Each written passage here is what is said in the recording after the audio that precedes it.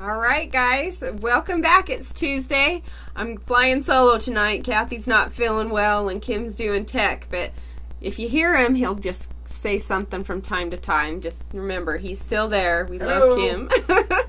Kim. Hey, you guys, I haven't introduced you yet. Anyway, so last week we had a great show. We just want to go over that really quick. We had the Beyond Expo family, and you guys keep watching for their event in Las Vegas October, right? It's October. Yep, so keep watching for that. It's for a great cause, for a special needs college. It's going to have so many things. Don't forget to go to that if you can. It's going to be great. They also have booths available if you have a team or a business that you want to be a vendor with, and there's just going to be so much fun stuff. Investigations, seances, and all kind of fun things. So don't forget, make sure you go there, and it's going to be great. Support this cause. Anyways, we're going to move on to this week. I'm so excited about this show. It's going to be fun. We've known these guys for a long time. We've had them on other shows that we've hosted with, and they're just so much fun. They go so many places, and they have so many stories. It's going to be awesome. So I'm going to introduce our guests tonight. We have Anna, Tabby, and Eric from P.R.O.O.F Paranormal. Hello.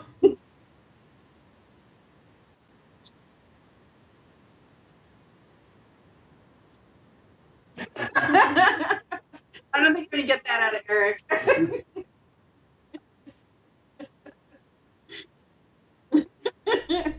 So how are you guys doing tonight? We are doing pretty good. Good. Just a little worn out from a residential the other night, but doing awesome. Well, that's good. I'm so happy you guys were able to come on tonight. I'm really excited. So thank you. Thank you very much for coming on. Thank you. Yeah, thank you for having us. We're really excited. We always have fun when you guys. So. Aw. Well, we'll say, Kathy, get better. Hopefully everything works out. And these guys, we love y'all. And I'm just excited for you. So I want to start out and just kind of get, I guess, a feel of your team. You guys, how long have you been operating as a team together? It's been, well, as P.R.O.O.F, about a year. We were part of another team, a former team. We were a part of them, so that was 2 years. So we've been together as a group for about 2 years now. Mm-hmm. So, yeah, but we decided to make our own group over a year ago. We just celebrated our anniversary. Aw. And yeah, we were really excited and decided to make our own group so we can broaden what we wanted to search for. So make ourselves more available, I guess. Yeah, well, that's always good. I mean, it's not easy to find a team that you work well together with. And it's not that one person's not good or the other team isn't good. It's that you just don't mesh well. Because, I've seen it 100 times, been through it myself. So it's really nice when you can find somebody that you mesh well with, a group of people. It's not easy. So yeah, definitely. And, no drama, knock on wood, and keep going. And, yeah. But we're not only are we a group, we're a good bunch of friends too. So we do other, we hang out and, bug each other at times when we can. Mm-hmm. So yeah, you almost have to be though, so you can read off each other and kind of see. I mean, in a team, it's very spiritual, really. I mean, you can say it's a business, you can say it's a scientific team and all this fun stuff, but it's really very spiritual because you have that connection and. Mm-hmm. You just need it so that you can play off each other and watch each other because it's not always safe out there. It can be dangerous at times. Pretty much. And you have to make sure, your teammate has your back. Right. You trust them. I know it sounds kind of hokey, but you have to trust them with your life. And, I feel like that if any big apocalypse came and it's all of us, I know I can. You've got somebody, your warriors. Yes. Well, that's good. So, Anna, let's start with you. I kind of want to go through all of you guys and just find out how you got started in the paranormal. What made you interested in it? Actually, where I grew up in Southern California, I had experiences in my home where we had a haunting, and I was always obsessed with, I guess, In Search of, the show In Search of. The other show was that's incredible. Oh, yeah. Yeah, anything that had to do with Bigfoot or ghost or anything of the paranormal. And I just never wavered in that. And I always was involved reading any book I can get my hands on. And then finally an opportunity came up where I can join a team, and I wanted to help others that have been through it, because in the past you couldn't talk about it. Right. Now you can. So, and then to find people that, you know, you can help, that's the main thing for us, you know, and that's what I feel like being an investigator. Yeah, and that's really something that's key, I think, as far as being on a team, is these people that you go out and help. I mean, you don't have one investigation or maybe an investigation and a half and then a review. It's sometimes you're with these families or business owners for years. So it's important that you can, you know, really be passionate about helping. So Tabby, how about you? What made you interested in the paranormal? Kind of the same thing as Anna, actually. Ever since I was a kid, I always got books, and my mom kind of pushed the Halloween thing, and so I always liked spooky things to begin with. And then I started watching the A Haunting, the show, and I was just always interested in it. Always found me in the spiritual section of the bookshop when I was a kid. I have books on it. I my number one icebreaker when it comes to people is, so do you believe in ghosts? You know what I mean? It'll always get something passionate out of someone, even if they don't. Yeah, because that's true. I mean, that's something that you have to, people don't give up that information just because. You have to really open it up to them, because it's not really talked about even still now as much. I mean, back way when, definitely, you never even thought about it really in, you know, company. So, but still, it's kind of something that people don't always talk about. So, yeah, definitely an icebreaker. Yeah. And how about, what was that? I wasn't done, sorry. What about you, Eric? I think like a lot of people that, you know, are interested in it, I had experiences growing up, you know, especially my dad's house, and he always had an interest in the paranormal, you know, like UFOs, again, Bigfoot, ghosts and things of that nature. So I think he passed it on to me. And I'm just curious by nature. I like to, you know, have the answer to everything. Right. That's possible. I can relate with that, because I'm curious too. It doesn't matter really what it is. I'm like, and why? And what's that? So I'm always asking questions too. Very curious. So tell me a little bit about some of your investigations that you've done. What's one of your favorites? You want me to go? If you have one. I know that's hard. But you have to have something. I know we're all like, because Ghost is definitely one of my favorites, but unfortunately I don't think we can get there anymore. Death Valley, Armagosa Opera House. Yeah, Armagosa. Well, we loved it because Mary Lee and Rich were there. Yeah. They were for us. I mean, I know Marta made it, but Rich and Mary Lee were like heart and soul for us, and that was like our home away from home. Yeah, it was good people. They welcomed us like family. And we spent every New Year's Eve there. Oh, fun. So, yeah, so that was, I have to say, and we had some great experiences. Nothing negative. No, always positive. Always something different every time we go. So I would have to say, on the wide scope of all the places we go to, that's one of our favorites.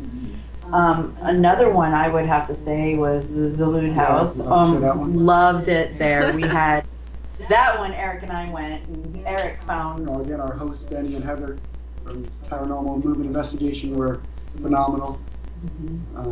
Great people, lots of knowledge, and just fun people to investigate with. Because they have it's out in Porterville, California. And that one was a great one. We went actually to see the Barn Theater and also the Zaloon House, and the history there. If anyone ever gets a chance to go out there, just even if not even for investigation, just to go to see the history of the home. It's a home that the family lived in until the 70s, and then after that, it was given to the city. And Heather, who's the head curator there, does an excellent job of taking care of the home. But the histories, you're just like you're walking back in time. I love that. That is like my favorite thing. I love the older places, and I love the fact that people are preserving these places. It's awesome. And they love it, and that's what you can tell. But if you ever get a chance, I highly recommend it. I mean, you don't have to do paranormal investigation. You go there for weddings, you can have weddings there and everything. But Oh, that's cool. we learned a lot. We had an animal spirit come through with the bird, a dog, the family, like different members of the family. We were touched. We heard they were talking and responding. Wow. Yeah, very active. So I love active places. It's always nice when you get that. And also, I think that the animal spirits, a lot of people don't realize that they're out there. There are animal spirits out there. yeah, definitely. So that's really cool.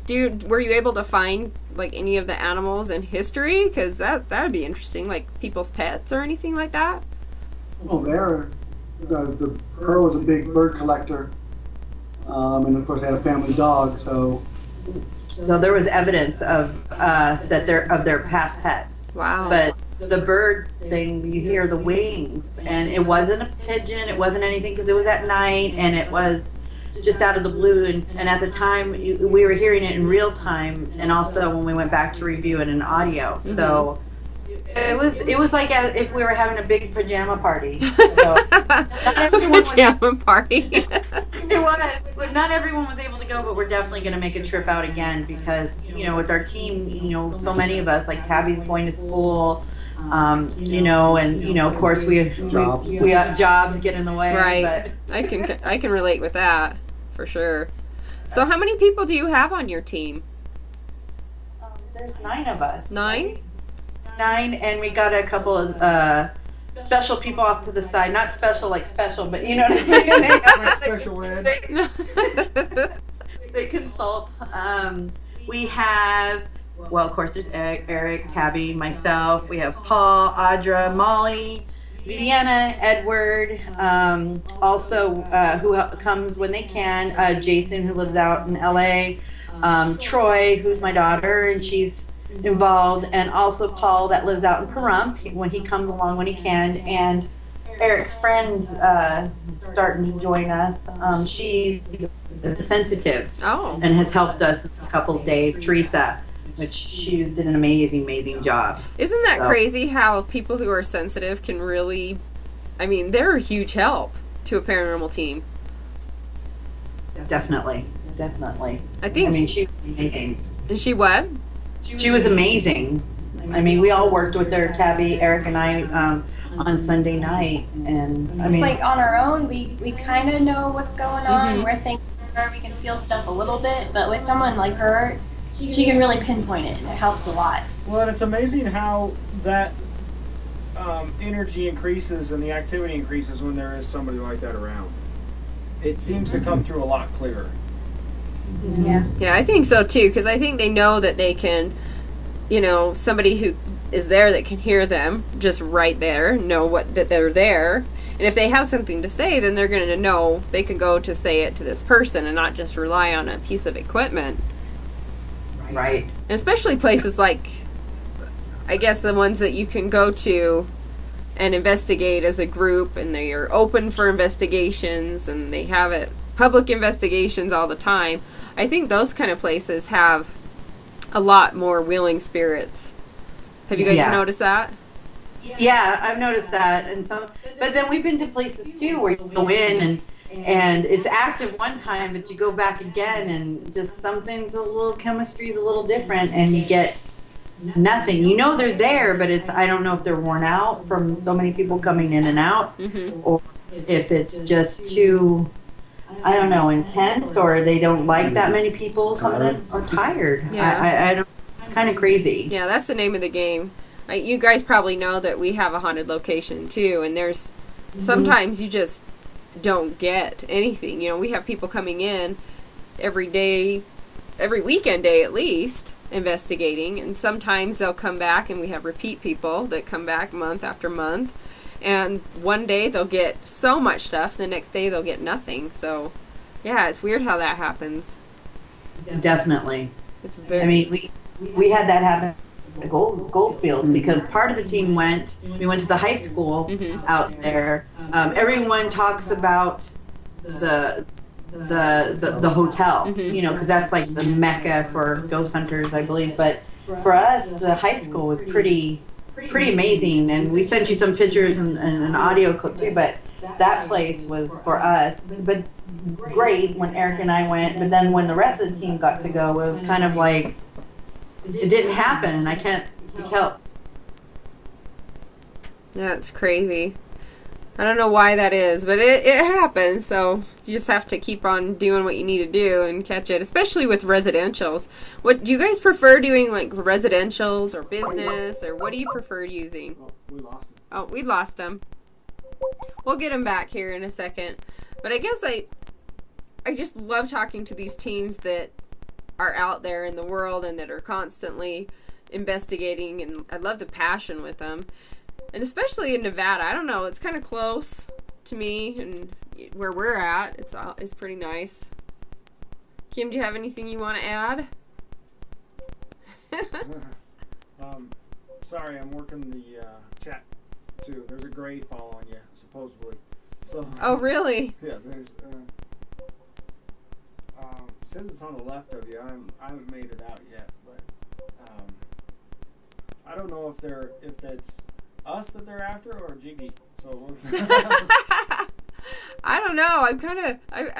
We've got some UFO people coming on and some really interesting things about. Hello? Oh no. No? Not yet. No? Okay.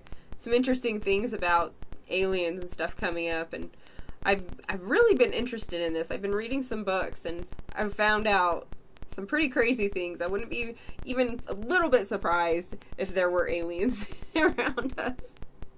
I wouldn't even be surprised. But there's one thing that I've noticed too is that I believe, and I'm still looking into this, but I believe that aliens, UFOs, all that fun stuff are kind of, they're hand in hand with spirits. I don't know why that is, but I know that if you look up and research people that have been, abductees or have had sightings, significant sightings, they have paranormal activity going on around them. So it makes me wonder how many times we think it's a ghost, or how many times we think it's an alien and it's neither one or the other. So it's something I'm curious. Back. Hello. Did we get him?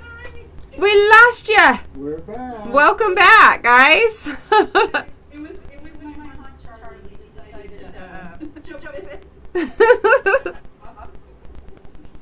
Thanks, Charlie. All right. Well, I don't even know where we left off. We were talking about, I know what I was asking. I was asking you guys about residential investigations versus business investigations, or, the public places where you can go to investigate. What do you guys prefer doing? Do you guys have, I know there's three of you there, so if you guys all have different opinions or on that, feel free to answer that way too. I like going to historic places. Mm-hmm. I just learn the history of things, like you said earlier, kind of go back in time. Yeah. But at the same time, with residential, I feel like you can service somebody and you may help them out. The answers to, whatever might be going on at home. Mm-hmm. Maybe help them get their closure, peace of mind, or something like that. So do you find that more residential clients want the hauntings, or they're more afraid nowadays? Because I know it's kind of in style to be haunted. What do you find with your clients? What are they looking for? Well, I think what we're encountering, as far as clients calling in, and we'll do the consultation, we'll get so far with some of them. A lot of these is what I'm finding. Myself and Molly kind of screen calls. There's really legit out there, and then there's the ones that want to do. They think it's a show. They want the attention. Exactly. And then when you start telling them, okay, and then you do it, give them the business end of it. This is what we do. We come in, we'll investigate, it'll take blah, blah, blah. We have to come out with it, we'll collect the evidence, we'll review it. And then there's like, well, you guys have, some of them ask, you guys have a camera crew that comes out? Oh, really? Or sometimes, yeah, it's really, to me, that's not where that's not us. Mhm. That's what we're in this for. It's like, if you want to call us, it's because you need our help. Mhm. You know, not to be on the show. I mean, I'm sure you guys get them too, where people, you get producers and stuff will contact you and they're all, okay, we want this, and you're just like, no. We're here, P.R.O.O.F is here to help people make a connection with other teams and, just help each other. That's basically what I feel residential. And as far as going to a location, I love that. Mhm. Because anywhere, at least for me, I've learned so much about myself and some of the stuff that I was afraid of, like desert critters. That has helped me overcome that. But as a team, I have to say I really enjoy the time we spend together and what we're willing to endure and learn. And that's what it is all about, the journey, at least on mine. That's how I feel. It is, and that's a good point. I'm going to go back to the desert critters. What exactly has made you not fear desert creatures in the paranormal? I mean, what desert creatures? Like snakes or... Like, I would say bats for me. bats? Remember ghosts, and they're in the summer, there's bats. They Wait. fly right. You're afraid of bats and you dressed up like a vampire. Just like a vampire. The irony. I don't know. I happened to email myself that picture, so I don't know. The audience doesn't know this about you guys, but you're moonlighting as in a costume ball. And I happened to still...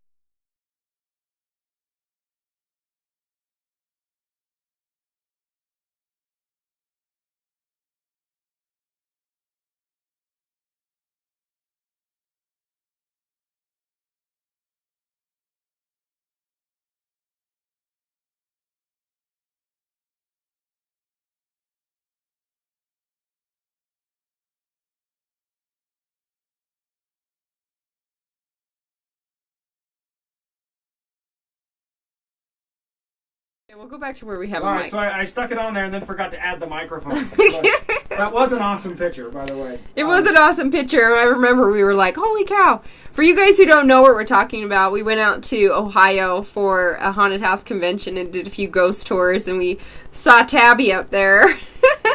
And they dressed up. It was really awesome. I wish I would have known that was you. I'd have been like, hey girl, what's up? I know her mom and her mom, Dorina, and her boyfriend Kyle.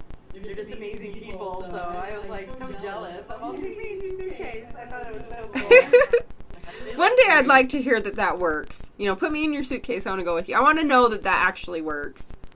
I don't think it would. It would be pretty cool. I'd like to hear a story that it did, though. Oh, there's a few on the internet. A few on the internet. I'll have to look them Not a lot up. of survivors. No. It's dangerous, apparently. But I'm going to go back to the desert critters because I want to know how the paranormal has helped you not fear them so much. I'm just curious. Well, we go into places that I never thought that our team would go. I mean, we're out in the middle of the desert. Sometimes we go into abandoned homes. We've been, birds have dive bombed us.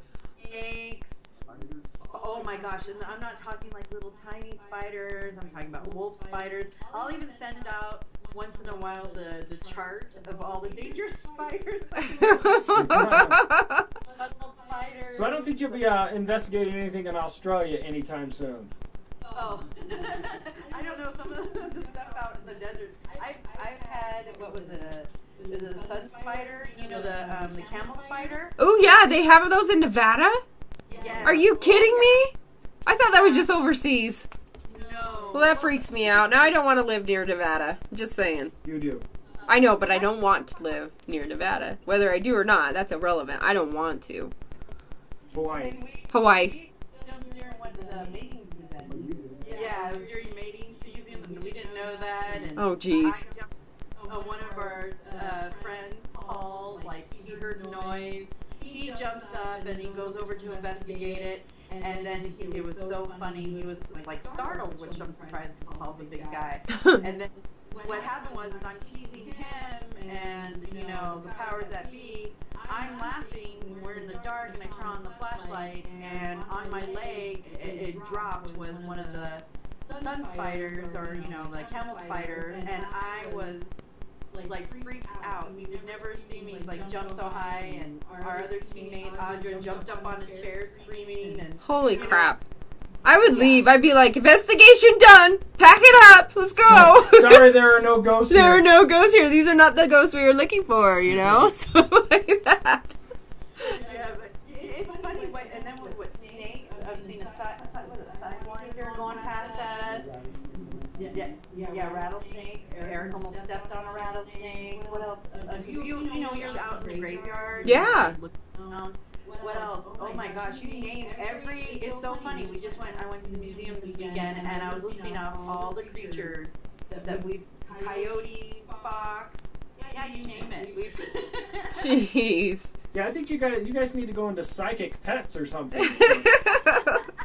I'd shoot for that instead of people. Especially when we're sitting, and then there's kangaroo rats coming at us. Oh my gosh. Heck is that? It's all bouncing. That's a hell of a rat if it's the size of a kangaroo. I wouldn't worry so much about that little spider at that point. I don't know. Do you know about camel spiders?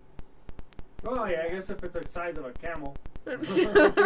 He doesn't know about camel spiders. Oh my god, wait until you see it. They're not afraid of. They come at you. They're not afraid. Oh yeah, they don't care. They're quick too. Oh my god, they're so quick.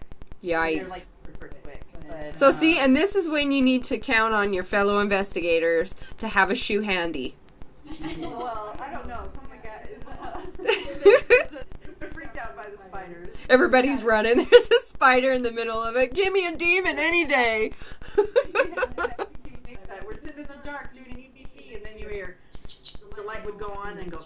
And we're like, what is he doing? Trying to communicate with something? No, he's checking to make sure that this, a wolf spider wouldn't come after him. Yeah, I think there's other things you need to be worried about. And it was, they don't come after you unless you provoke them. So. Oh, I don't know. I've had some in my garage that just run at you like crazy. It doesn't matter. You're just walking by and they're like, I'm going to get you. And they're running as fast as they can. And they are fast. Yeah. They are not slow. They're fast. You got to run too.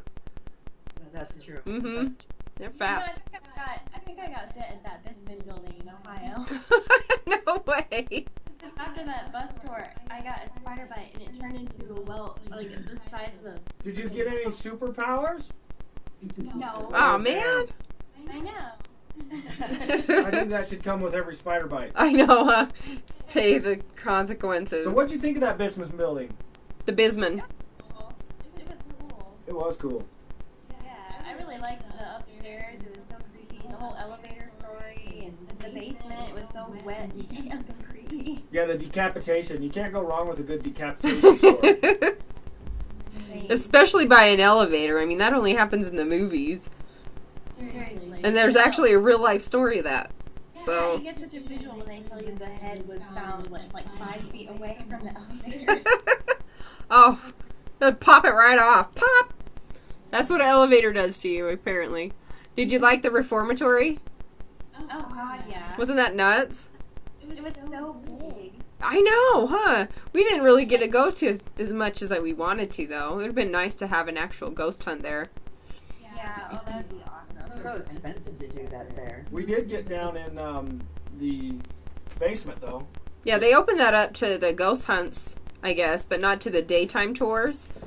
Oh, wow. So one of the tour guides there, we were Snuck us kind of, in. they let us in. I mean, it wasn't like they were going to get in trouble. It was just normally, because there was like holes and stuff in the floor. You wouldn't want to have people just wandering around there just all day long, Turn around. Wait, where did they go? Yeah. They fell through the floor, just saying. But yeah, we actually have next week the manager out there. He's coming on, Scott. So he's going to come on and talk about the reformatory out there. Cool. I know, I'm way excited about that because they had some really cool stories. Can you imagine that place? I mean, investigating that like on a weekly basis. You have to because it's so big. I know. It's just crazy. Yeah. I thought that was There nuts. From our team that we were trying to set up an investigation there, and when we contacted all the different teams in Ohio, but that fell through. But I would love to go there. You know, it's just so hard. You know, it's expensive, and then a whole bunch of people, and then we're thinking, well, that's just going to be chaos. Yeah, if you have a ton of people, but then it's so big, I guess. I don't know. I mean, you could put everybody in like the left wing, and then the left center wing, and then the left forward wing, and you'd probably still be okay. It was huge. I thought the showers were cool. I'm like, wow. Yeah, it was just big. They were just these mass showers. I'm like, wow. I don't know why it was cool, but it was cool. I don't know. So tell me a little bit about, like, your travels. I know you guys go all over the place. What are some of the bigger investigations that you've done? I'm trying to think. I don't know. Should I go state by state? I know you guys did the Leslie family tree here. You guys were the first to investigate that. Yeah, we loved it there. Oh my gosh, Bobby and Dustin are so awesome. Yeah, great food. We were like, we'll drive out just for the scones. The Utah scones. We're like, this is awesome. Scones are good, and you're making me hungry. I'm gonna want one. I'm gonna have to go get one. And you guys have fry sauce in Utah. We're like, what is this concoction? I know. Everybody, when I go out of state or anywhere else, I'm like, do you have mayonnaise and ketchup? That's all I want. And then I mix it together. People look at me like, what the heck? It's fry sauce. Fry sauce. It's a Utah thing. You wouldn't understand. But taste it, and then you will. It's so good. It's true. I was like, hey, I'm trying to look. But we've been to Virginia. The one, Virginia City is a big one when we went to St. Mary's. Done that twice. Mackey Mansion. Oh my gosh, that was good. Because that one, you know, it takes us like, what, 7 hours to get up there? So, and the same thing for us to get to Leslie's. It takes a while. Yeah. And we've done that twice. Also, my mind like, what? Porterville. We also went to Tombstone. That was in Bisbee and Bisbee. We try to get places, I mean, we're trying to get more local, or like a lot of our ghost county. We go to Goldfield a lot, Tonopah, because we love the cemetery out there. The Tonopah Cemetery. Achoo! Excuse me. Woo, I got another one. Okay, I'm good. I'm done. Eric's not all the way to Kentucky to go to Mackey's. No. So, but as a team, we're still trying to get places that are, you know, somewhat kind of closer, you know. Yeah. Just like keep doing stuff. Because it gets exciting. Yeah, it does. That's for sure. After all the equipment's bought, then you're like, okay, now where do we go? Right. That's definitely true. I mean, we're getting ready to go to the Olive House on Fair. Yeah. Oh, that'll be fun. And then a restaurant that's out in LA that one of our teammates, Jason, who lives out there, is setting up for us. And then basically, that's what we have on the agenda. We just went to Area 51. Oh, wow. How did that go?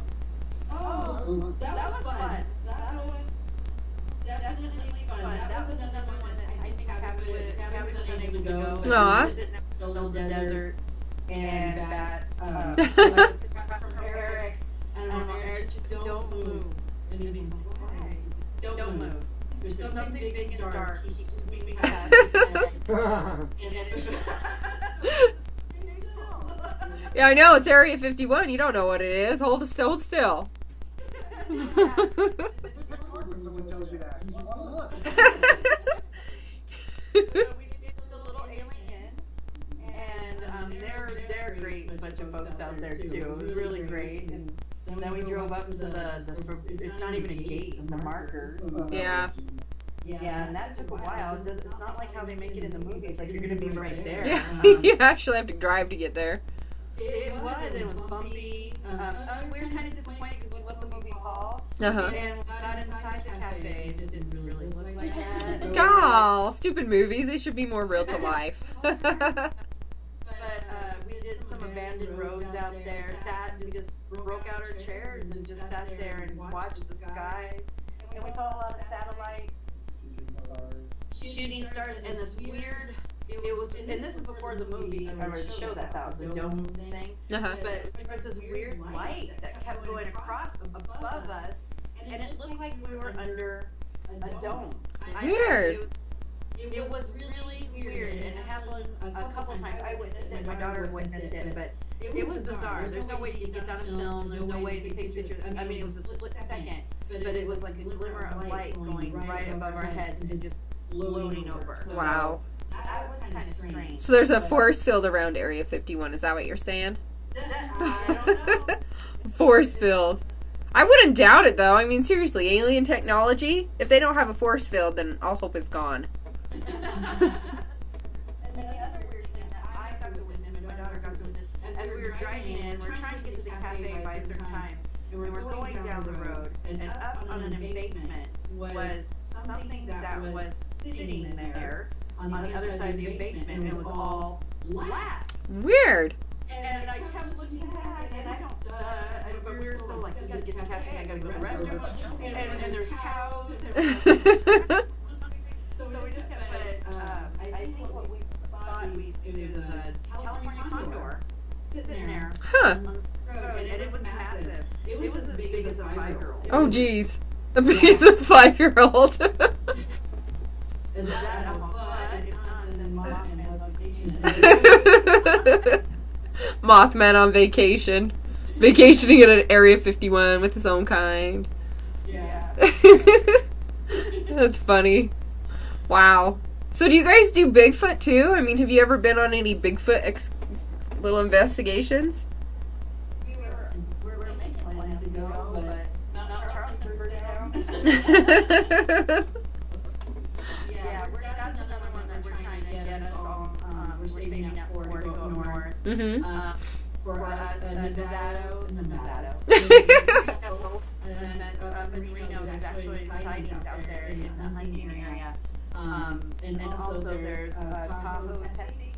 So we were going to make like a 2-day expedition and go up there to see if we could see any cryptids. So it's just been hard to get us all like together. Right. To go. That's something we definitely want to all be able to go do together. Yeah, because that's like you go out and you do a lot of ghost investigations, but to put together an investigation for Bigfoot, that is kind of a different thing. Mm-hmm. That's cool. I like the Bigfoot thing. I know a lot of hunters, and they all have some kind of experience where they've seen something or heard something, and they're like, I know that was the Sasquatch. So. I mean, that has to be, to me, I mean, I get, not arguments, but I know everyone's all like, oh, we would have found it by now. I would like to think that there's a little mystery out there still. Oh, yeah. You know, it's this, when you stop exploring and stop seeking, then you might as well just call it a day and just, Right. do anything. But for us, it's seeking and looking, and it's all, again, it's all about the journey. Yeah. I love that. Don't ever stop looking. Exactly. I love it. I love it. That's a really good point. Because it's true. Life can get like so boring if you just do the same things that everybody else does. Mm-hmm. Definitely.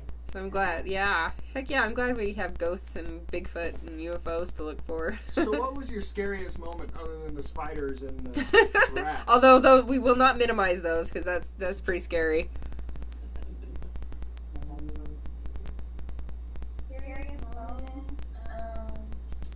I don't know, like every now and then you feel like something is right there watching you. Uh-huh.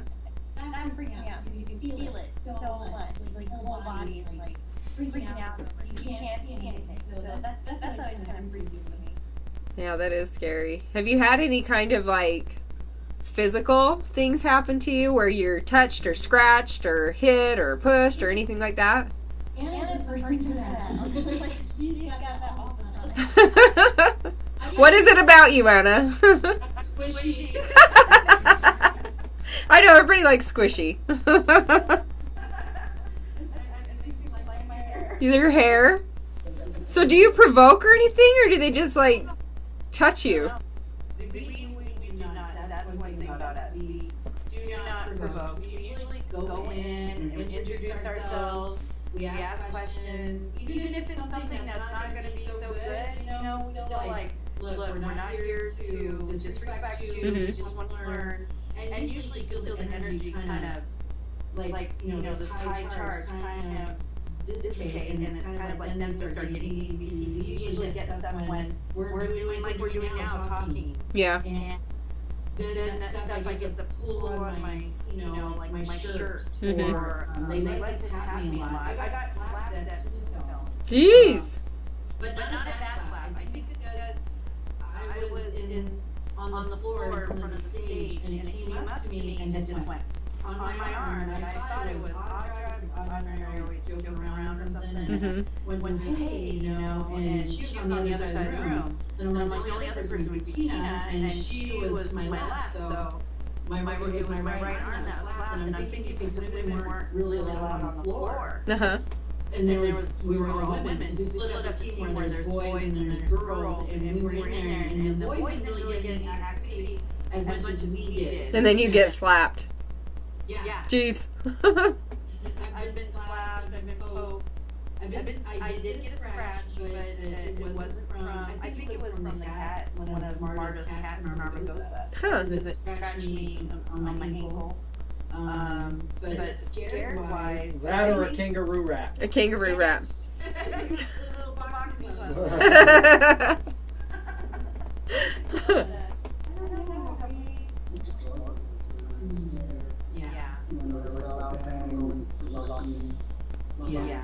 Yeah. And then we got Brenda, and we went at Leslie's first time, and the ghost, what did it say? Whatever it was on the ghost box told us to F off. What about, I know you said you went to Bob McAfee's. What about in there? I mean, that's legendary for having some darker stuff happen. It was pretty much. There was some spirit box, some FUs, but nothing, touched us, nothing read us. Our guy there, actually said that spirits were like us, we were funny. So, again, we go and try to have fun, we don't provoke, so we're very respectful, and that's part of it. Yeah. I think that's what happened. We always get like, you guys are funny. And I think because we kind of, like, again, I think we give them that atmosphere of like, hey, come in and join us. Speak with us if you want, Yeah. Hey, we're having a good time. And we tend to get more things. I think the only scary, my curiosity overtakes my fear. Bad things, I think sometimes, maybe because like they tell you don't touch it, and what? And then like they told us the other day, oh, that's where I think the entity lives in the closet. And I'm like, what? Like what? So we're all like the only time I had like this really like moment was at St. Mary's. Something was on the stairs was watching me, and it was uneasy. That was my first investigation. And I didn't know how to, I just kept seeing someone watching me. So I had that, and then the second one was when I was in the P.R.O.O.F Cemetery, but the people I was with were Roki. Oh, yeah.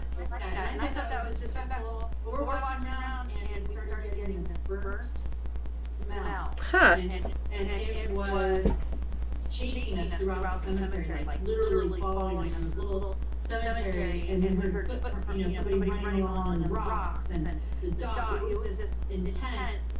And then I've come to find that a lot of the miners that have passed away there died in a fire. Oh, geez. So it was like a wood smell? Like a wood? Like wood burning smell. But you know when you throw water on wood, like you're putting down a campfire? Yeah. That's what it smelled like. Wow. And that, it was more disheartening and uneasy feeling more than anything. So I think that's about something really scary. That kind of leads me into the next question. What was your best piece of evidence that you gathered at an investigation, and then was able to back it up with,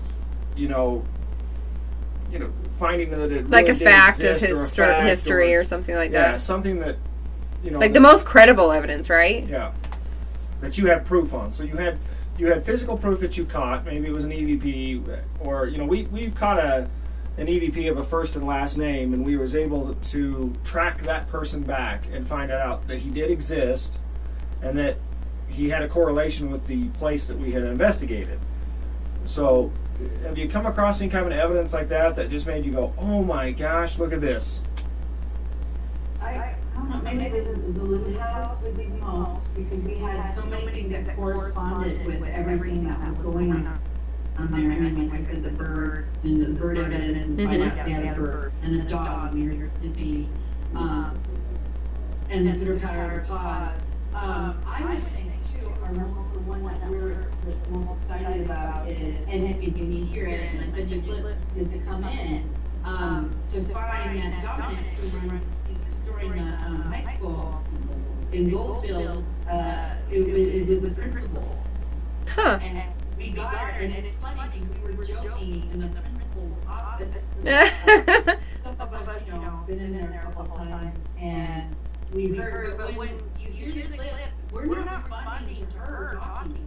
We heard somebody physically coming up the steps. So we're like, do you hear that? Because there's no one in the building but us. Mm-hmm. And there's a few of us, and we were all upstairs. So you hear somebody coming up the stairs, and then I also had a picture that I sent where you see these weird lights and then a black shadow, and that's around the same time. When we went back to review the audio, I caught Eric caught it on his video, and you hear, come in. Exactly like when you're and then the principal's like, it's your turn to come in now. Ooh. So you know what it sounds like to be busted. Yeah. Oh no.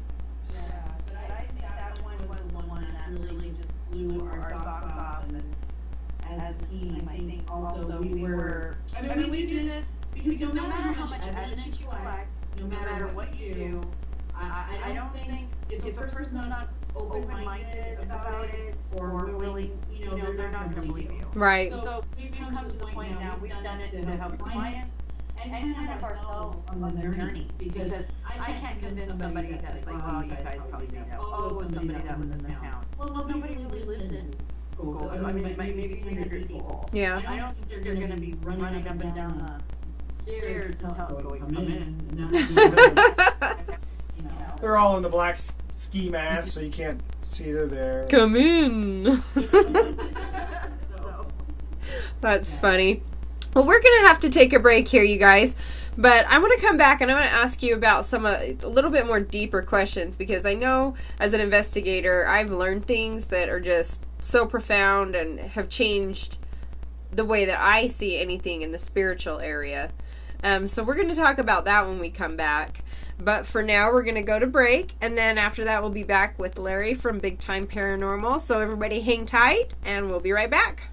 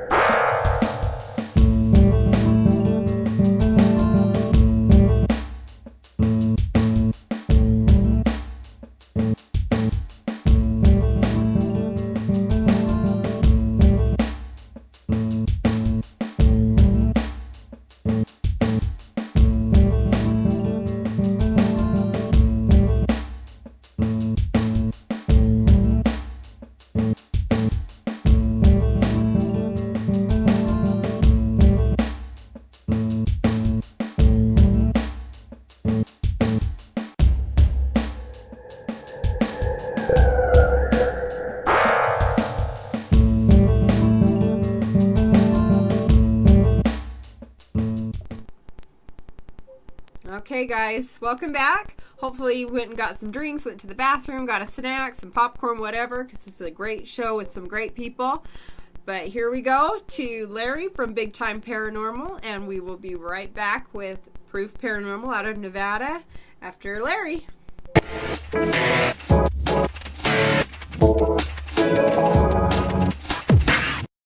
Thank you, and welcome to a special report on Big Time Paranormal. My name is Larry Gonzalez, and I am very grateful that you're here.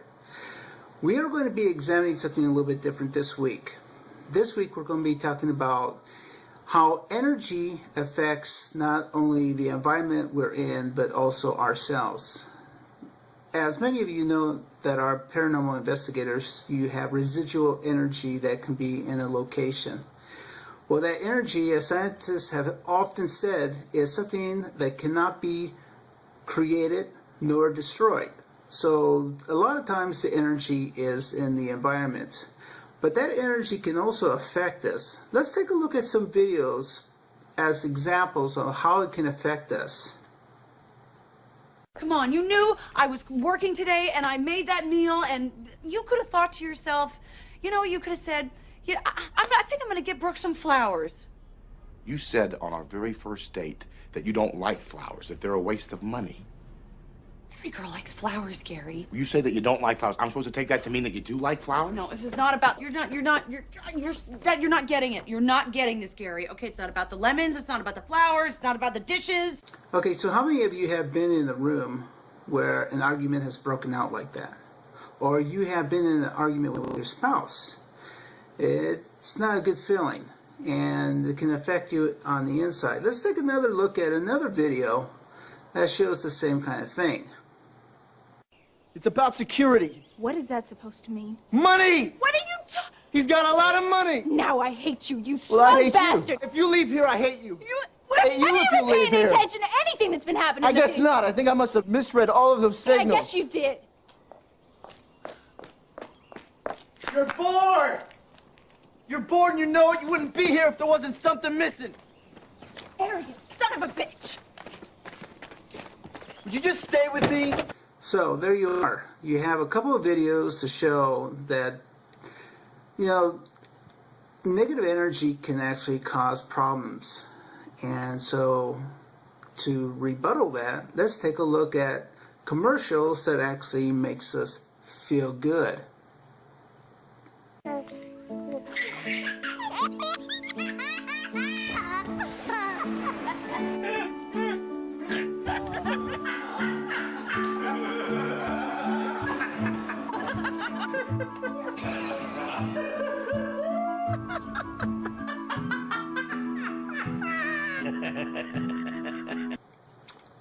Okay, so you have that one.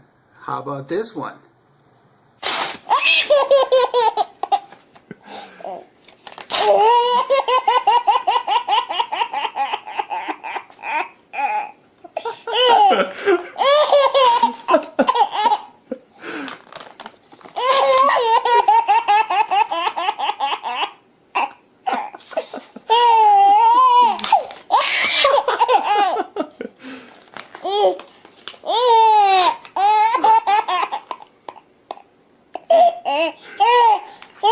Yeah, a baby laughing. You cannot tell me, it doesn't matter what kind of bad mood you're in. As soon as you hear a baby laughing, you start to smile. Well, that's the kind of energy that we're talking about. Now, there is a doctor in Japan. His name is Dr. Forgive me for getting this. Dr. Masaru Emoto. Now, he studied water molecules. Now, what he did was he subjected water, mineral water, to, you know, like beautiful music, concert music, and so on. And then he took the water and he examined the crystals, and he saw something very interesting. At the same time, he also took negative music, very harsh music, and very harsh conditions, and then he took water molecules and he examined that. And there's a video about that I want you to see. It's a few minutes long, so take a look at this video and you can see for yourself. Are doing it. Just tell me where you are. Good. But hurry, will you please, because these models are giving me a headache. 10 minutes.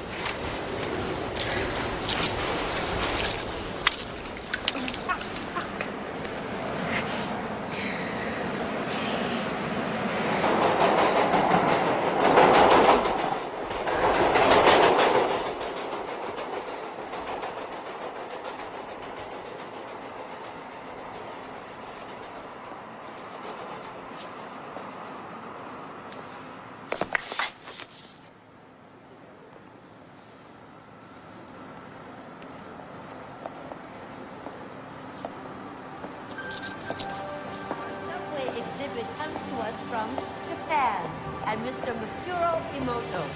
Mr. Emoto became terribly interested in the molecular structure of water and what affects it. Now, water is the most receptive of the 4 elements. Mr. Emoto thought perhaps it would respond to non-physical events. So he set up a series of studies, applied mental stimuli, and photographed it with a dark field microscope. This first picture is a picture of water from the Fujiwara Dam. And this picture is the same water after receiving a blessing from a Zen Buddhist monk. Now, in this next series of pictures, Mr. Emoto printed out words, taped them to bottles of distilled water, and left them out overnight. This first photograph is a picture of the pure distilled water, just the essence of itself. These subsequent photographs, as you can see, are each different. This is the chi of love. And we move along here to thank you. And you can see where he taped that to this bottle here. But if you read Japanese, you already knew that. Now, Mr. Emoto speaks of the thought or intent being the driving force in all of this. The science of how that actually affects the molecules is unknown, except to the water molecules, of course. And it's really fascinating when you keep in mind that 90% of our bodies are water.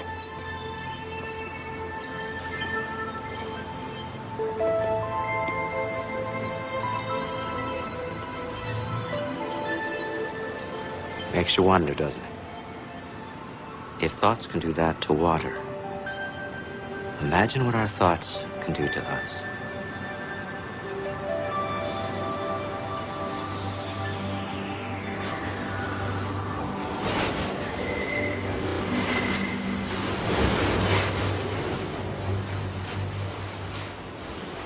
Okay, so as you can see, the experiment was the crystallization in water.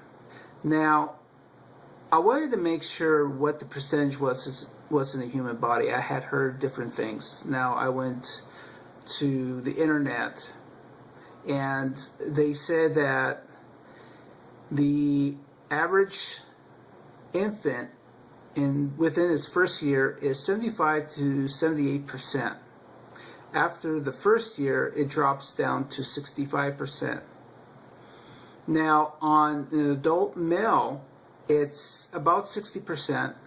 The female is about 55% water. And of course, it all depends on fatty tissue, how lean you are, how hydrated you are. And I'm sure it also has to do with, if you live in more, like by the coast where it's cooler versus more desert area, whatever. So all those are taken into account. But with those videos that you saw, you cannot deny that you felt uncomfortable when there was an argument, and you felt like laughing with the baby when it was laughing, or with the people that were laughing. So, again, the energy that they put out is what you feel inside. As an investigator, many of you have gone into locations where you have come across negative energy. It wasn't a good feeling. I know that we've been around negative energy before. I've also been around energy of a young child who is actually enthusiastic, and you can't help but feel happy. So that energy affects you. So just remember that whatever energy that you put out is what you're going to get. I will tell you a quick story before I finish with one more video. When I first got out of high school and I went to college, I wanted to be a commercial artist. And there was this woman who was about 40, 45, something like that. The rest of us were around 18, 20, 21 years old. Now, all the guys were very interested in her, not because she was the most beautiful woman or anything, but it was because of her energy. It was the way she handled herself. And a lot of people, they wanted to be her friend because of how she handled herself, the energy she put out. I asked her one time, were you always like this? And she said, no. There was a time that she was always depressed, and she took a lot of different medicines, and it affected her. But then one day she decided that she was not going to let that keep her down anymore. She changed her attitude, and she started wearing bright colors. And as time went by, her attitude completely changed, and her medicine dropped as far as what she was taking to what she actually needed, which was very little. But again, that was an example of someone's energy changing everything around them. So the next video you're going to watch is just a positive video about helping others. So with that being said, watch the video, and remember, today is your day. Go out and make it happen. We'll catch you later. Enjoy the video.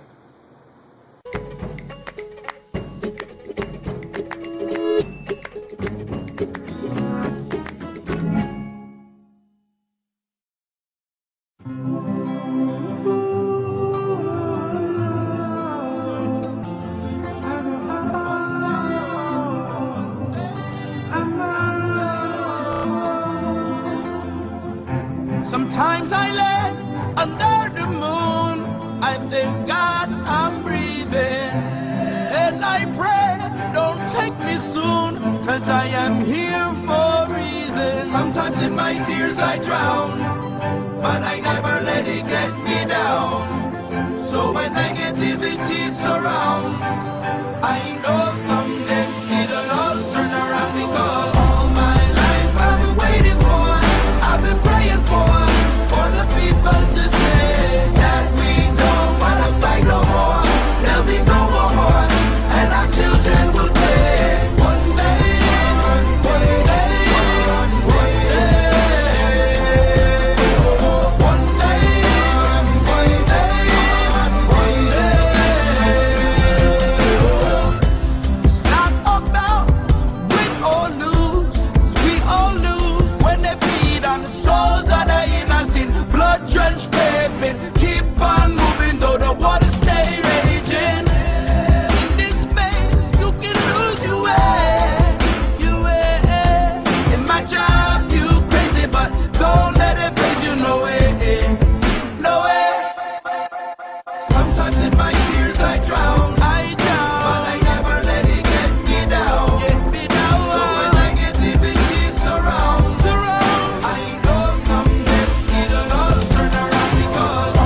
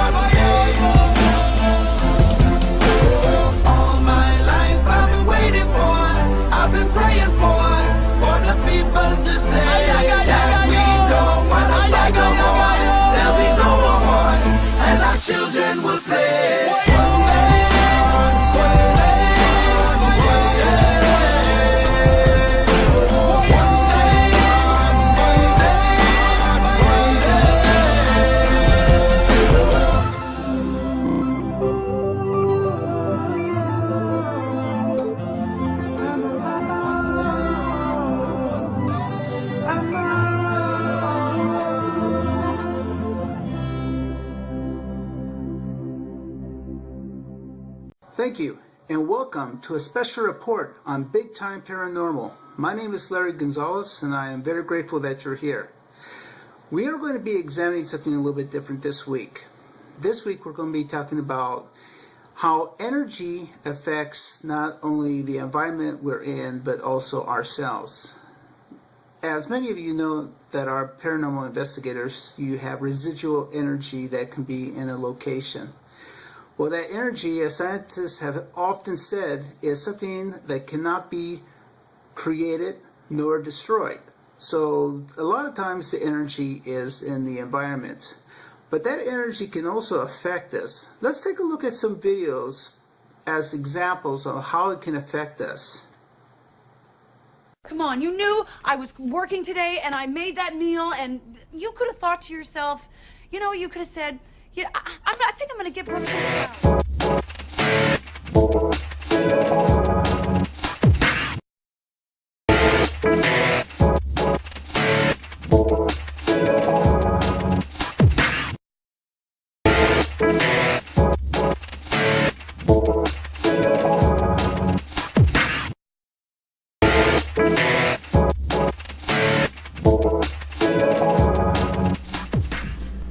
Well, I let Larry replay a little bit. I think that was just because I wanted to see Jennifer Aniston.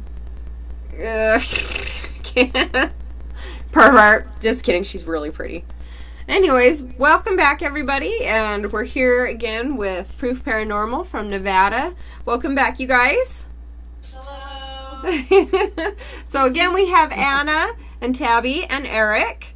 And before we went to the break, I was asking some questions about spirituality. I know that a lot of times people go into the paranormal and investigating and everything not really knowing what to expect. But for me, I found that there's a lot of things about my spirituality and things that have been profound to me that I've kind of learned. And I wanted to ask you guys about that too. Anna, do you have something that, you know, has been really profound and kind of spiritual to you that you found in the paranormal? I would say it got me back in, I don't know, like praying again, I guess. I don't, it's hard to explain. I've always been kind of a spiritual person, question things, but I still do. I kind of fall, raised Catholic and, you question things and everything, but I wish I go back to church more. Do you? Yeah. Huh. Is that because you're afraid to have something bad follow you home?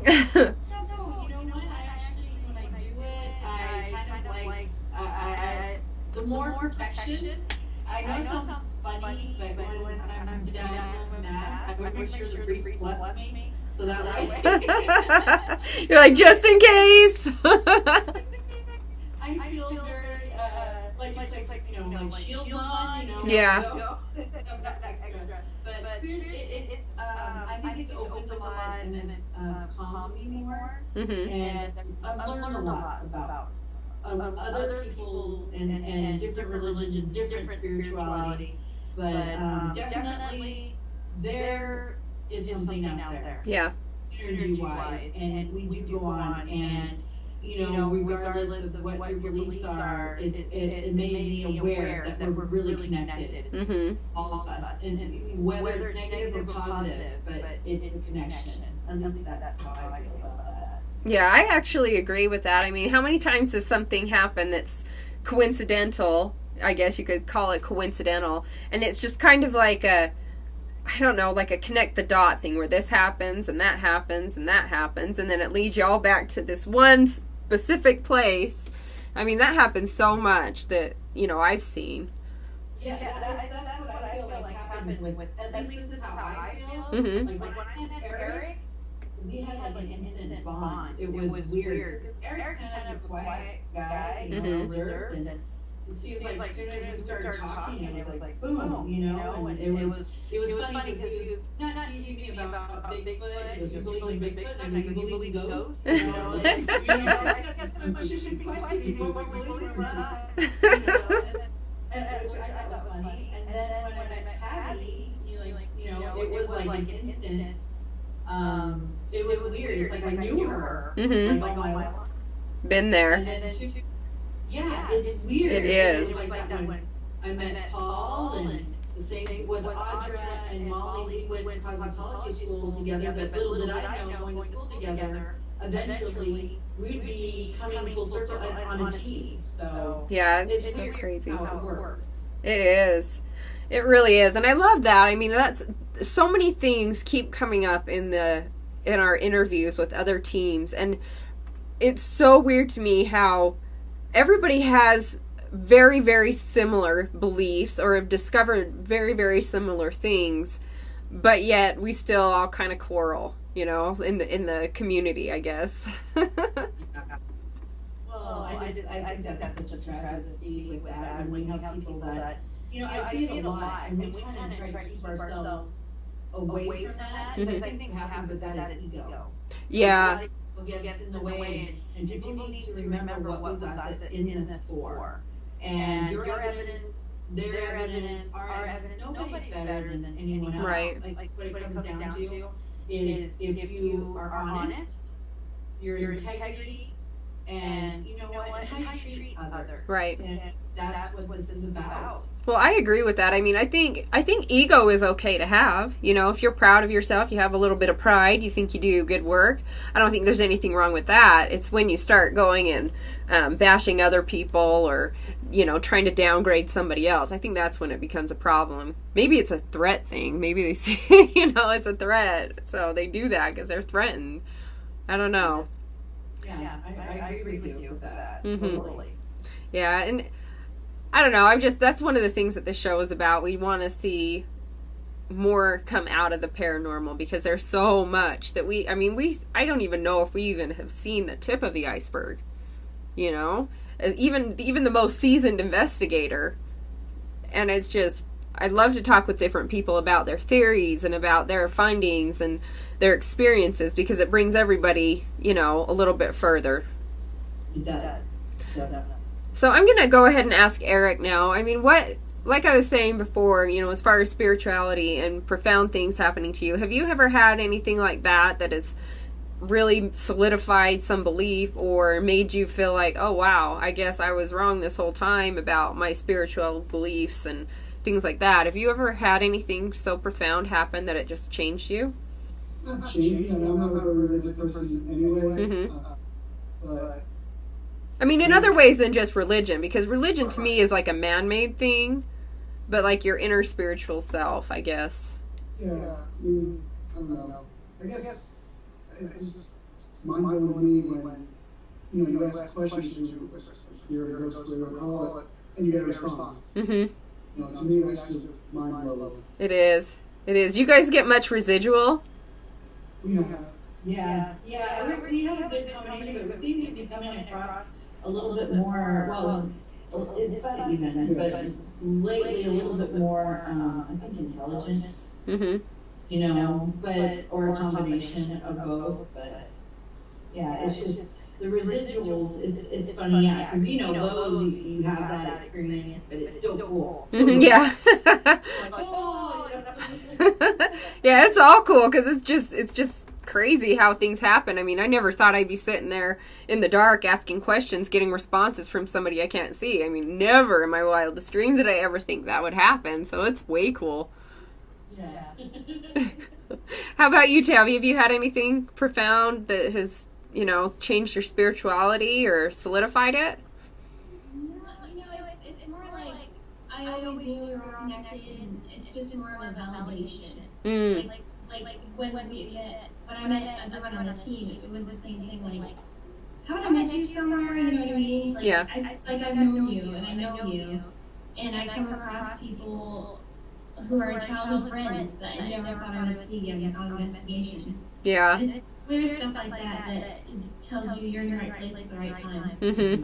And also, like, as far as the spiritual, like, it's more the fact that I'm more confused now. I've been there. So many possibilities, so many theories, and it's like, yeah, I could be right. I could be right. Like, we really have no idea. Yeah.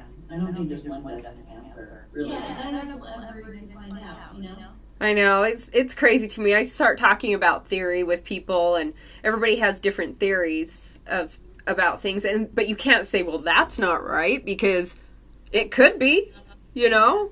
Mm-hmm. What are the chances? I mean, seriously, how many people thought for, years ago that we're going to be sitting here and ghost hunting is going to be a big thing, Yeah, I mean, it's so. I mean, before I used to have to hunt down books. Yeah. And this is really nerdy, but I have, when we were moving, we were coming across. I have videotapes of any little segment that would come on TV, and I would tape it. Like, oh my god, I have to sit there and tape it. I'm like, now they're on DVD. Right.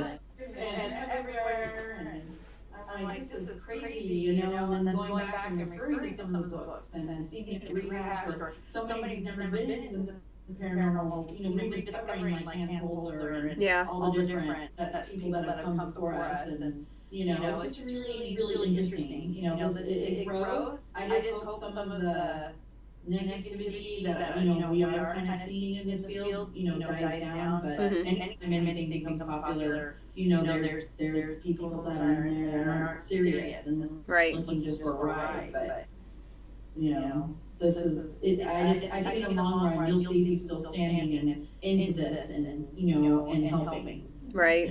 Right. It's those with the real passion, I think, and the real drive and the curiosity. Mm-hmm. So I definitely agree with that. And it is weird to look at past, in the past about the different ghost hunting things that have gone on and see the developments and see the similarities. I mean, a lot of the theories that were, 5 decades ago are still the same, just built upon. Exactly. Or it was so, I guess, people turned their noses up about it, but here we are finding that, so-and-so was onto something here. Right. So I love that. I love looking back in the past and seeing what other people have done. And I like to see that people have used psychics. I mean, I think they get a bum rap sometimes because there's a lot of them out there that really don't have the kind of gift that they think they do. So they kind of push it out there. But I think we do need to use that sensitive abilities of other people because it's very valuable. And I love it when I hear a team that says, yeah, we do use one, from time to time. And it's not like they're ashamed to say it because so much has been put into this is the scientific, we're doing it scientifically. Well, you know what? We're dealing with the spiritual realm. You can't just be like, we're all science, you have to have some kind of, balance there, I think. Exactly. Because if somebody says no, this is the only way we do it. Well, how do you know what you're doing is the correct way? Yeah, you don't. You don't. And to be in this field or any field, you have to question and test and see. And that's why not all of us. I mean, there's a few of us on the team. There's skeptics. Mm-hmm. There's some of us that we definitely have people that my husband helps out on the team. I mean, he's part of the team, but he never really, he doesn't have anything. Mm-hmm. Now, Eric, I say he has automatic shields and he doesn't feel anything. Well, this past Sunday, he finally felt something very profound. And, you just never know. You just never know what situation you're walking in. You don't know what you're going to experience. You may, like I get touched all the time, but maybe next time we go, it might be Tabby because it connects more with her. Or, or we'll see something that are just going to, blow our minds. Right. But that's what keeps us going and guessing. What I love about us is that even though we all have our kind of different standpoints, we're all open-minded. Mm-hmm. Any theory, and we'll try to be like, okay, so if I were to see on this side, I guess I can feel that makes sense. You know what I mean? Yeah, it's not an instant shutdown. It's okay, well, let's look at this. Yeah, exactly. Yeah, that's always nice because like you said, it's so important to be open-minded in these kind of things because you really don't know. And if you just completely shut yourself out for any other option or even theory or anything that you can do, you're probably going to miss out. Yeah, you're not going to learn anything. Right, you're not going to learn anything. Somebody may be onto something that you completely shut them down and you don't even know. Maybe that is what's going to get you that big piece of evidence that you've been waiting for. You're going to miss out on something. Exactly. Special, something that you want to share with others, Mm-hmm. To us too, we're the same thing. Then you have people that are out there that are building, I guess they'll do what other teams will do, but instead of their own, or finding themselves in this and doing like replicating what they see on shows or what other teams do and don't know how to, I don't know, control it or deal with it or process what's going on. Mm-hmm. You see a lot of that too. Like, when people provoke, do they not know that you can be opening up a total can of worms and there's repercussions not only for yourself but for the clients? Right, for the clients. I that's another thing. I mean, you have to be aware of the consequences, like you said. Are you prepared to be, attacked in some form? I mean, followed home and, your family. Right. Are you bringing something home to your family? Are you making it worse for the clients? Right. And I think a lot of people think, we've come across a few people that think it's perfectly okay, and, we know that's not us. Mm-hmm. It's because, we get to go back to our everyday lives and do what we do, but the person that's left with that, or you can help them in any way, or point them in a good direction, are left feeling like that every day, that becomes their life. Right.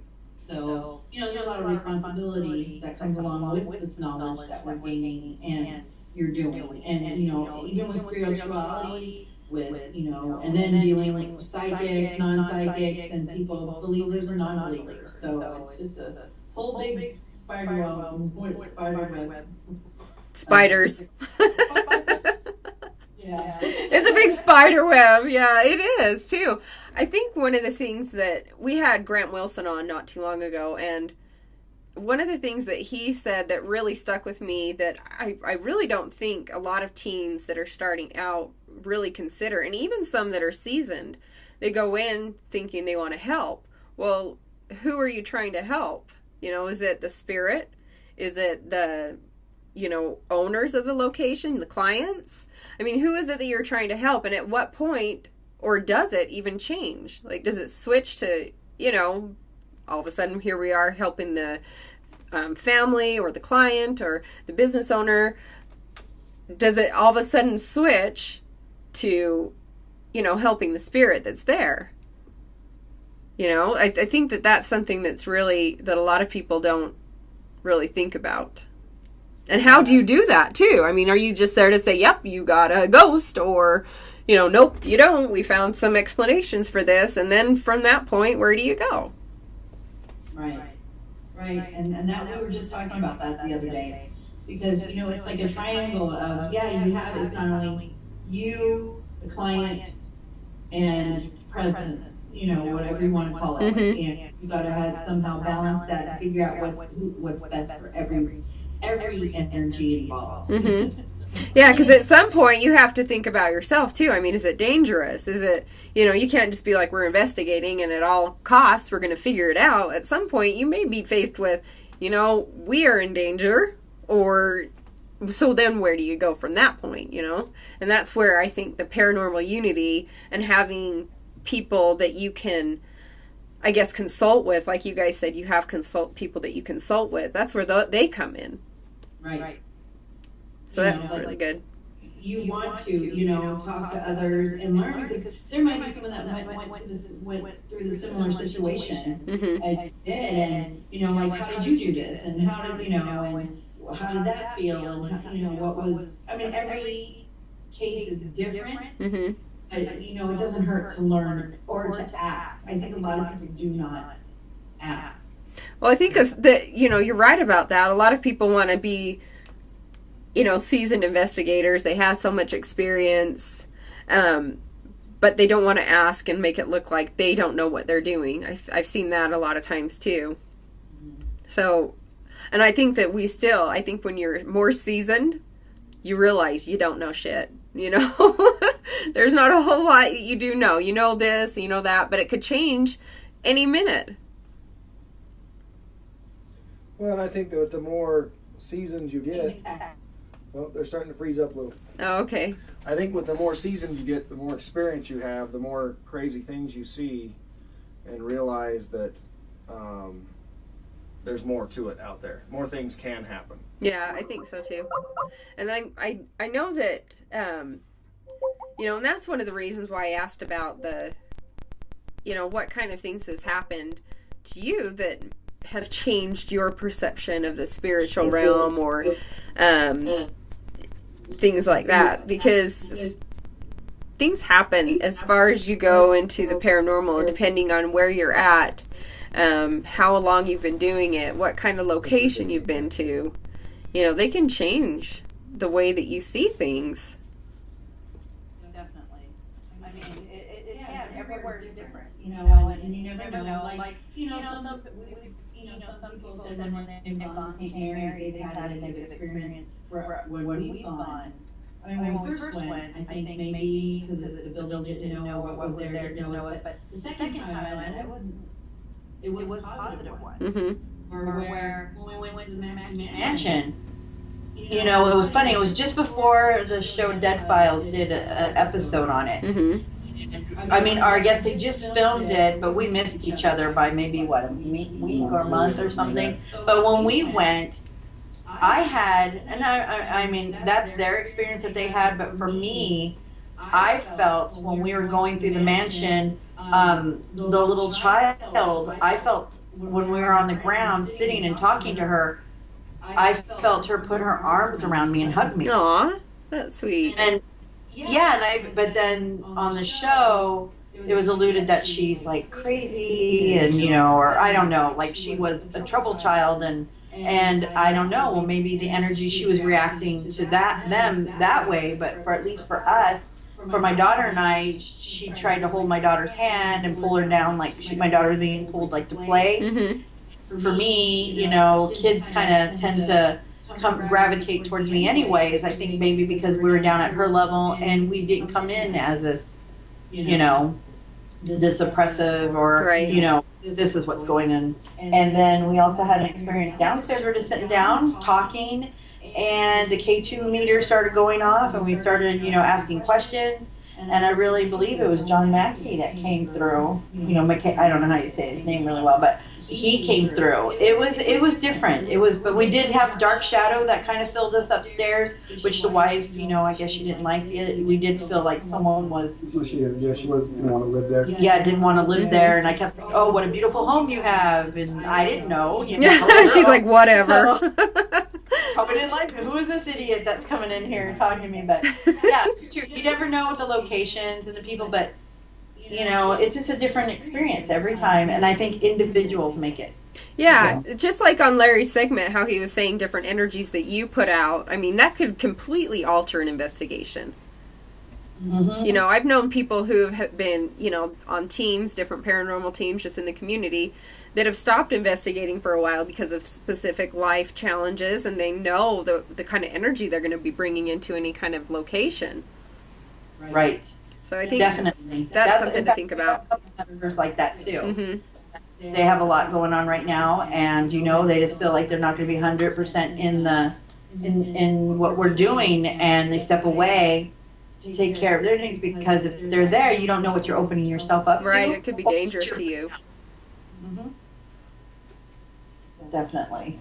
That's a good point. I like how Larry did that. It was really cool because it's something not a lot of people talk about. I think in as an investigator, you kind of know this after a while, but to put it out there and say, you know, you really need to be aware of the energy and the mood that you're putting out. If you just got in an argument with your spouse or, you know, your neighbor or something like that, here you go into some, you know, residential investigation. What are you bringing into that? Because you can leave making things a lot worse because of your energy. And I know that there's been times where, and a lot of times is just the way it is, that you go in, you start investigating, and the activity increases. And maybe that location isn't really a location you want that to happen in. So what kind of activity are you going to be bringing up, you know? Yeah, definitely. Mm-hmm. So I guess there's so much to paranormal investigating. It's not just going in and talking to the dark when you're with your recorder. I know, which a lot of people don't think it's like, you know, some people, wow, you sit there for hours and hours and hours, but that one piece of evidence, and then you forget all about that and you're totally geeking out. Yeah. You got one piece that you're like, what? You know? Like, look what I caught. Do you guys remember the first EVP you ever caught? Oh, I don't want to know it, but do you remember the feeling? yes. Was that like nuts? You're like, oh. Yeah. Yeah. You call everybody up. Hey, you got to get over here right now. I know. Listen. That's fun stuff. Do you guys? I wanted to tell you over the break, but I didn't get a chance to.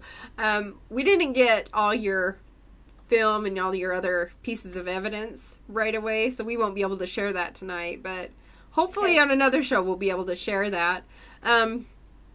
What kind of do you guys find that you get more response from, like a K2 or EVPs? What's your favorite piece of equipment? I don't know what yours. Mine's the spirit box. I've had a lot of success with that. I know Anna hates it. You know, I was like that too at first because, you know, when you were like, okay, well, this is a program. You know, how are you gonna make this completely foolproof? You know, and it's gonna how are we gonna make this credible evidence if we get anything? But I was using one of the, you know, the old ovuluses. Do you guys remember those? Yes. Well, there's a few newer ones, but the old one, like one of the first that came out, we were using that over at the asylum, you know, at the hospital here that we have. And I was, you know, I was just cycling through all these words, and I was like, blah, blah, blah. Okay, here's the computer program. And so I just kind of started being silly. I'm like, do you even know how to read? And the ovulus said, bye. It spat at me. And I'm like, what? What? It was like the craziest thing. It spat at me. So to me, I'm like, okay, well, this works. This works. Yeah. That was so weird. I felt kind of bad, too, because I was teasing somebody, and I didn't really mean to, but oops. What was your coolest thing with the spirit box? We were doing a residential, and we were in one of the rooms, you know, asking questions, not really getting any responses, and one of the members of the team asked, why aren't you answering my questions through this device? And as it's, you know, scanned to the radio stations, we clearly heard the word angry come out. And then when I played it back on my computer, full-on sentence saying, I will not answer your questions because I'm angry. Oh, wow. Yeah, like you said, you know, you geek out, your headset comes off, you're calling everybody in. Yeah. Yep, been there before. Did you ever find out why they were angry? We don't really know. We think some people in that family were practicing some black magic, that perhaps they brought something in that they shouldn't have. Yeah, that happens. How about you, Tabby? Do you have a favorite piece of equipment? Well, I always use my camera, and a lot of the time I don't get anything, or I'm really good at trying to find what's a reflection, and, you know, and I'm becoming more and more good at that, which is nice. But it's more rewarding in a way when I do get something, because I'm like, I look at all the clues, and I'm like, okay, that's not a reflection, that's not anything, like that is actually something. Mm-hmm. I don't know, like, I still haven't gotten the perfect piece of evidence with the camera, but I know I will. Well, they're not easy to get. I mean, it's one of those hit or miss. Well, you know, the camera, you talk about reflection stuff, I'll tell you, some of the best evidence we're collecting lately is reflection photos. Have you done any of that, where you step up into a window or a mirror and take pictures of it and see what's standing behind you? No, I haven't. Oh man, it's good, because it's, you know, one of the things that we've noticed here is that, you know, spirits, I don't believe, really are supposed to be caught. I don't think that they're supposed to be caught on camera or caught talking or doing whatever. I think they still do it because it's human nature. I don't think I'm supposed to run around outside naked, but I'll do that once in a while too. So he does. So, you know, I think the spirit is the same way, you know, and if I walked up to a mirror or a piece of glass and I was looking in it, you know, I thought, wow, what the, and just, you know, kind of making conversation with this mirror, you'd probably come up and say, what the hell's this guy doing? You know, what is this nutball doing, talking in the mirror or looking in the mirror? You know, he's full of himself. But you'd check it out just to make sure, and it worked the same kind of way with the spirits are, they come up and they're curious, and so they go, what is this? Why is this guy spending all this time in the mirror taking pictures of himself? And then you just catch the right thing standing behind you. Yeah, we figured out that surprise attacks are the best. So surprise attack, Tabby. Yeah, so take some, in the next haunted location you go, find a big pane of glass. You got to make sure that you know you're the only one in the room, or who is in the room with you. Because obviously if a reflection comes back of somebody else, you want to make sure that it's not somebody living. So, because that can happen, and it does happen. Yeah, so it does. You need to make credible note of who's with you. But there are a ton of photos out there of people snapping pictures of them in the bathroom or just anywhere and catching a reflective photo. I know when I went on, this is before I was even into the paranormal, I went to my mom had passed, and she had a burial plot in California, so we took her back out into California to bury her. While we were out there, we went to, and my brother had already passed as well, and we went back out to California to bury my mother, and we stopped at their old house, and my sister was taking photos from inside the car at the house, and my brother's image appeared in the glass. He was watching us in the car. So it's amazing what picks up off of a reflective photo, and you being the camera girl, you ought to try that a little bit and see what happens. I totally will. That sounds like a good idea. It makes sense. For sure. Totally makes I agree. I think that there's so many different things that you can do.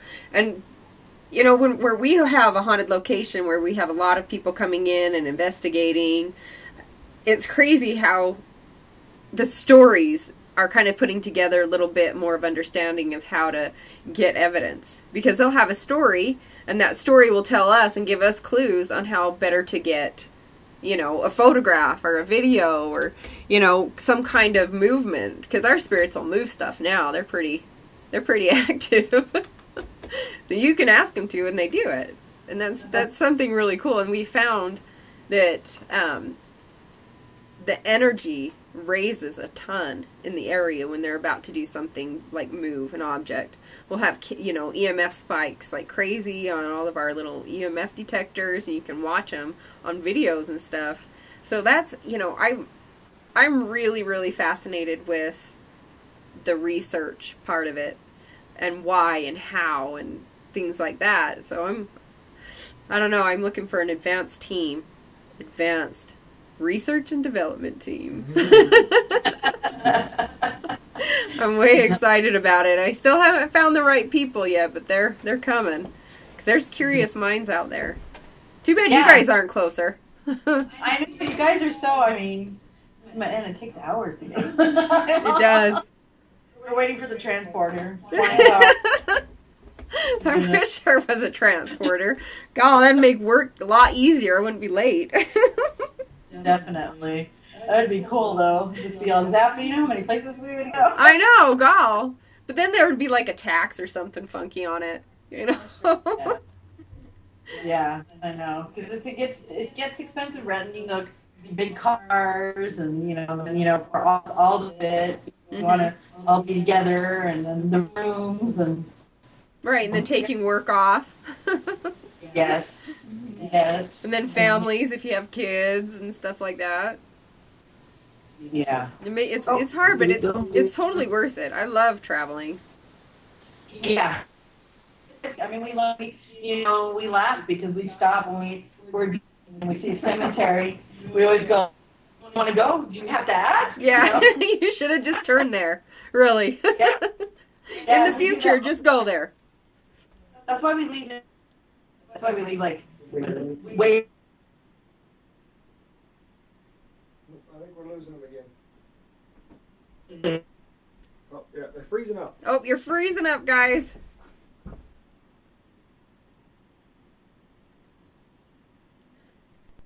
The internet can only take so much. Yeah, the internet can only take so much, and then it's like, done. And they're gone. And they're gone. Wait till they call back. Kim, I haven't thought about, where I want to investigate. Is there any huge place that you want to investigate? Because I really haven't thought about it. We have, everything in Asylum, so I don't... Someplace warm. Someplace warm?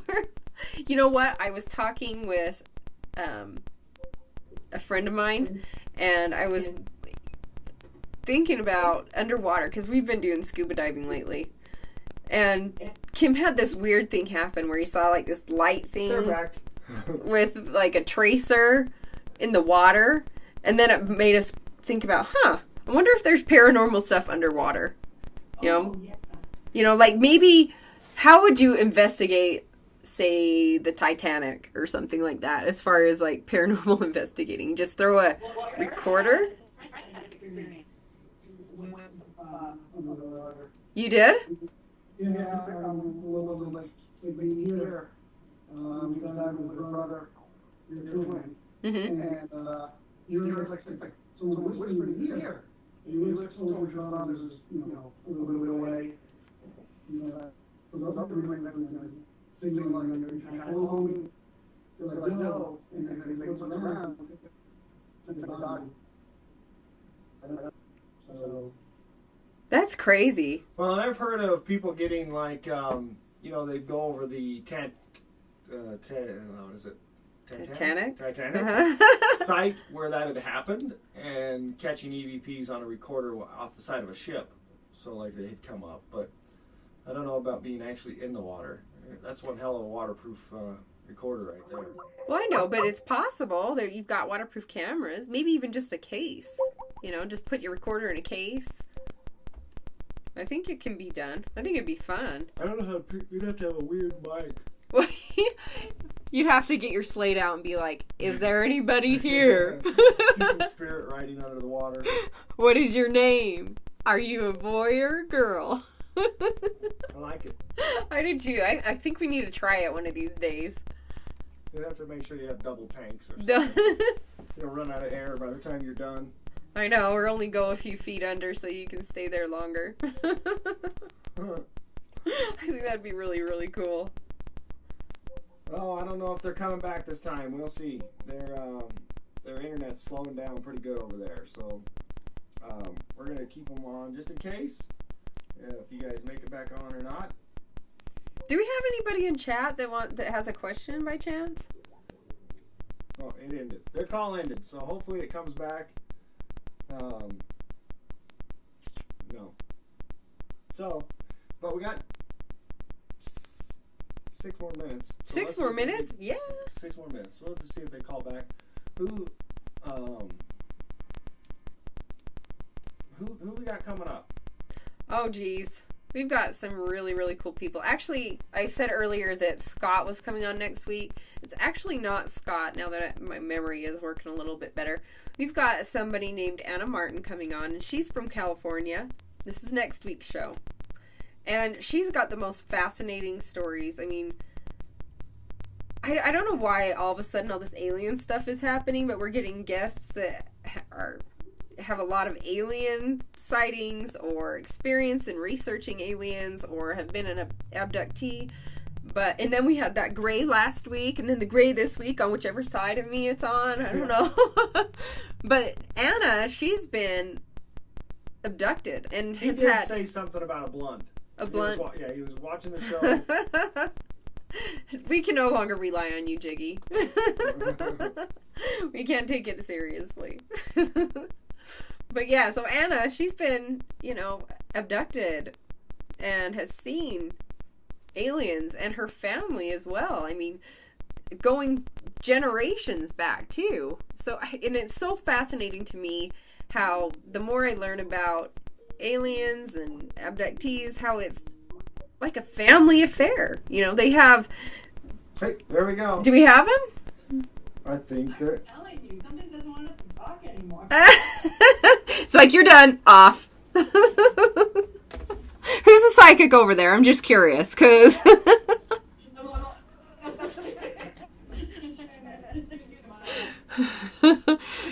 Curb it in, pull it in, rein in that power, whoever it is over there that's psychic. I recognize these kind of issues. It's Eric. It's always the quiet ones. The quiet ones. It's that smooth, the smooth helmet he's wearing there. Always picks up better reception. The energy just kind of flows. It's aerodynamic.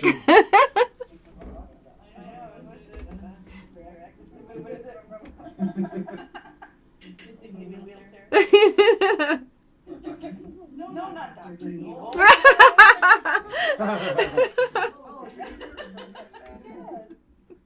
Dr. Evil. I like Dr. Evil. We'll leave it at that, huh? Now he's hiding.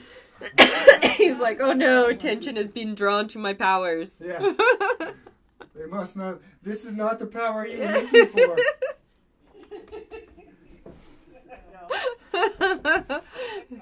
Yeah, we're kind of nerds over here. At least I am. Kim's I'm slowly nerd by being. association. He's nerd by association. That's his whole household. We're all nerds. So what's your next big investigation you got coming up that you can talk about? We're the Olive House. The Olive House. That's the one we've never been there before. And Eric's the one that found it. What is it? Was it lost? Yeah, I guess it was. Eric's just really great finding locations.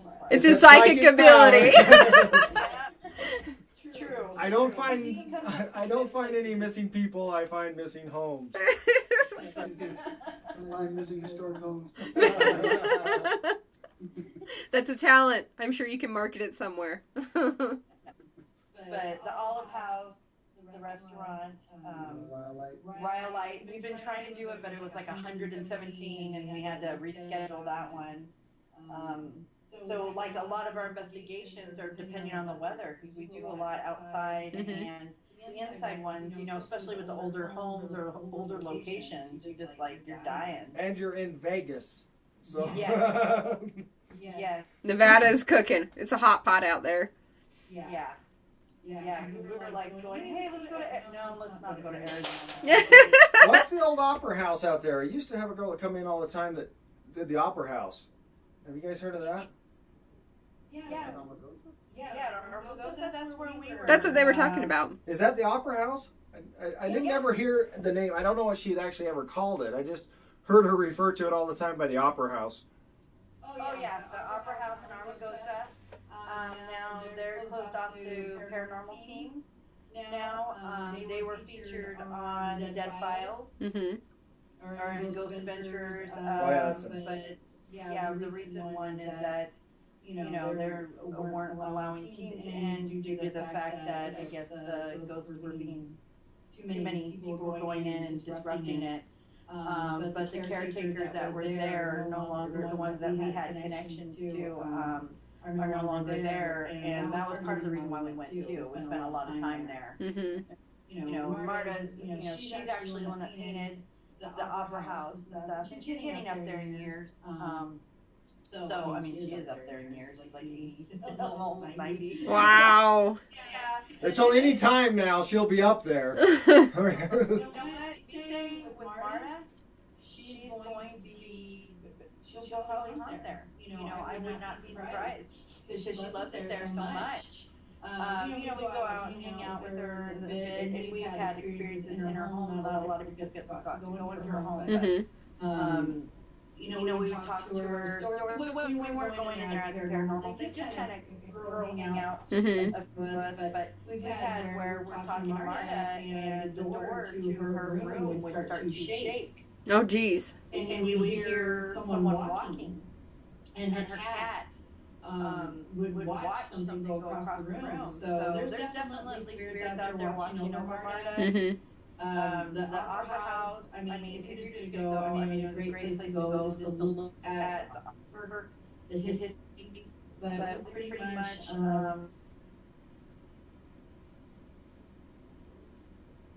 Did we lose them? They froze again. Oh no.